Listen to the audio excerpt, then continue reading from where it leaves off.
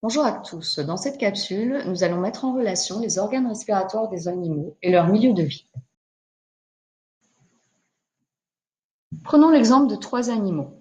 Un animal vivant en milieu aquatique, le poisson, et deux animaux vivant en milieu terrestre, le criquet et la grenouille. Ces trois animaux doivent prélever dans leur milieu de vie du dioxygène. En effet, ce dioxygène est nécessaire au fonctionnement des organes. Pour prélever du dioxygène dans son milieu de vie, le poisson a pour organe respiratoire les branchies. Le criquet a quant à lui des trachées et la grenouille des poumons.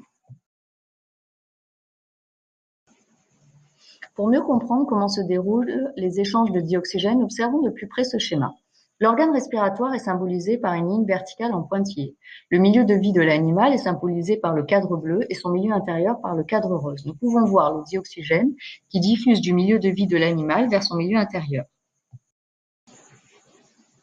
Commençons par le poisson. Le milieu de vie du poisson est l'eau. Son milieu intérieur, le sang. Ce sont donc les branchies qui vont assurer le transfert du dioxygène de l'eau vers le sang. Le criquet, quant à lui, respire dans l'air. Son milieu intérieur n'est pas du sang, mais de l'hémolymphe. La trachée, qui est son organe respiratoire, assure donc le transfert du dioxygène de l'air vers l'hémolymphe. Comme le criquet, la grenouille respire dans l'air. Son milieu intérieur, c'est le sang. Son organe respiratoire, le poumon. Le poumon va donc assurer le transfert du dioxygène de l'air vers le sang. Chacun de ces organes respiratoires doit présenter des caractéristiques qui facilitent le passage du dioxygène du milieu de vie de l'animal vers son milieu intérieur.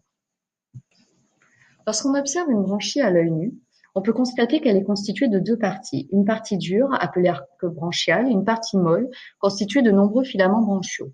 Si l'on observe cette branchie cette fois-ci au microscope électronique, on peut constater que chaque filament branchiaux est constitué de nombreuses lamelles branchiales.